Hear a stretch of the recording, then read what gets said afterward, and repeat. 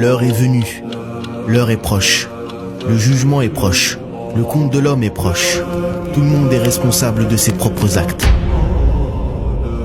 Le prophète sallallahu alayhi wa sallam a dit: comment puis-je tranquille?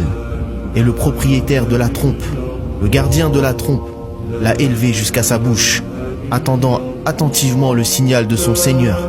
Quand la trompe sonnera, tout ce qui se trouve dans les cieux et sur la terre sera détruit. Car le trémor, le bruit, la vibration, le tremblement de terre de cette heure-là est une chose immense.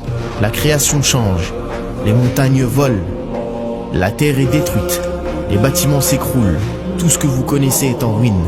La plus catastrophique des catastrophes dans l'existence de la création, et c'est le premier coup. On l'appelle le coup de la destruction. Allah demandera: qui reste? Mais personne ne répondra. Qui reste-t-il? Mais personne ne répondra.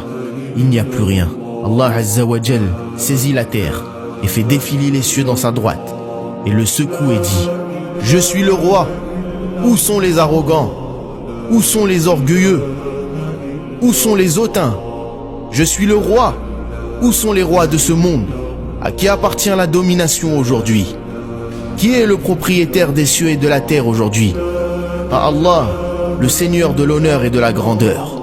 Il n'y a rien d'autre qu'Allah. Il n'y a rien d'autre qu'Allah. C'est comme ça que ça a commencé. Et c'est comme cela que ça va finir. Rien de vivant sauf subhanahu wa ta'ala. Et puis après une période de 40 ans, Allah fera descendre une eau du ciel, grâce à laquelle les gens pousseront comme poussent les légumes. Tout le corps de l'homme disparaîtra, à l'exception d'un seul os, à savoir le coccyx. C'est à partir de cet os que les hommes seront ressuscités le jour de la résurrection. Il ressuscitera ainsi Israfil, donc le souffleur de la trompe, sera ressuscité. Il s'élève et ensuite il dira: souffle encore, et il soufflera encore. Ils seront debout et regarderont quand la terre se met à trembler et sort le lourd fardeau qu'elle portait, comme le corps des milliards de personnes qui sont venues et parties. Ils seront ressuscités. La terre est une terre différente. Le sol est blanc. Comment sont-ils ressuscités? Le prophète sallallahu alayhi wa sallam a dit: pieds nus, nus, non circoncis. Donc Aïcha radiyallahu anha a dit: Ya Rasulallah, sommes-nous nus? Les hommes seront nus. Ne se regarderont-ils pas les uns et les autres? Alors le prophète sallallahu alayhi wa sallam dit: Ya Aïcha, la situation est beaucoup plus importante pour que les gens se regardent les uns et les autres. Et quand ils sortent de leur tombe, il y aura l'obscurité et vous verrez certaines personnes entourées de lumière. Ibn Mas'ud radiyallahu anhu a dit: votre lumière dépendra de la quantité d'actes que vous avez accomplis. Certaines personnes viendront avec des lumières énormes. La lumière de certaines personnes sera suffisante, juste pour elles-mêmes.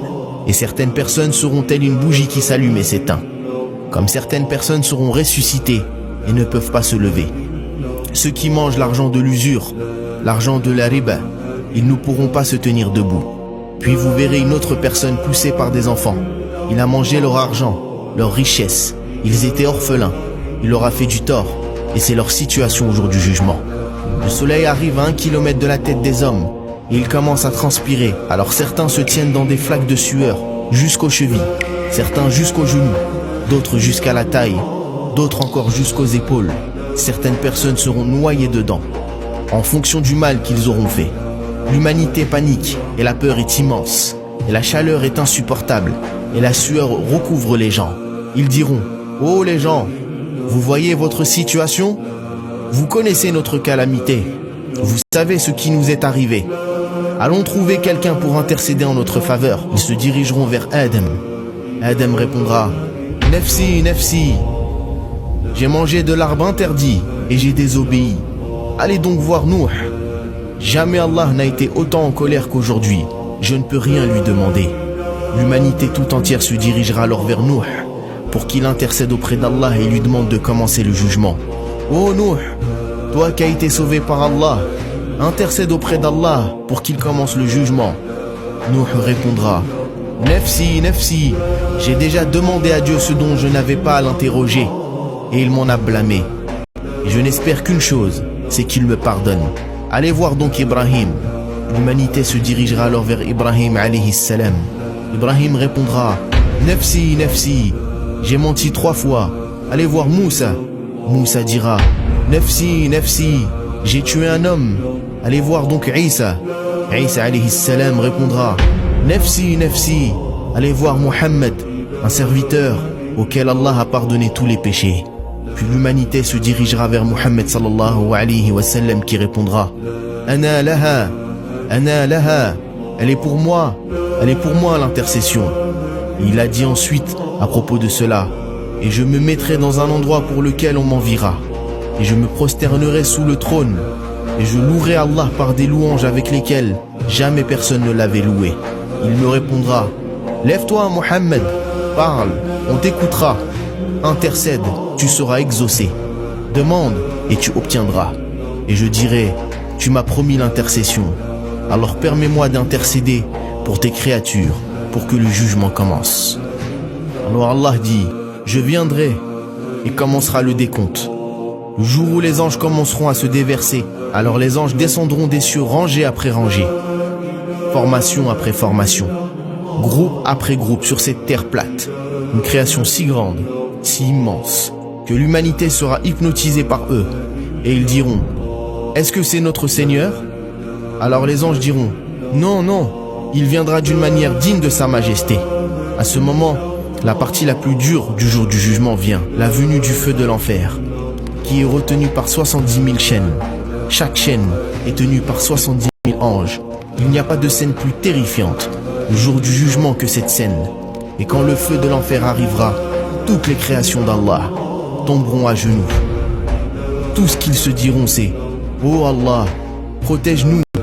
Et l'humanité se dirigera vers la terre, où ils se tiendront devant Allah subhanahu wa ta'ala et seront rendus responsables de leurs actes. Leur livre commencera alors à apparaître et leurs livres leur seront donnés. Ils seront alignés sur une ligne. Il n'y a pas un mot qui est prononcé. La première parole dans le jour du jugement est celle d'Allah Azza wa Jal à notre père Adam, et il dira: Ya Adam, sépare la partie de l'enfer de tes enfants.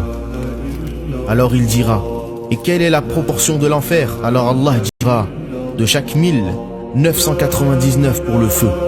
La balance sera mise en place. La Ummah de Muhammad sallallahu alayhi wa sallam sera la première Ummah à être jugée. Ce qui se passera, c'est que le prophète sallallahu alayhi wa sallam nous mènera au trône et toute la création d'Allah. Ils regarderont et ils diront: qui sont ces gens? Et vous marcherez la tête levée et le jugement commencera.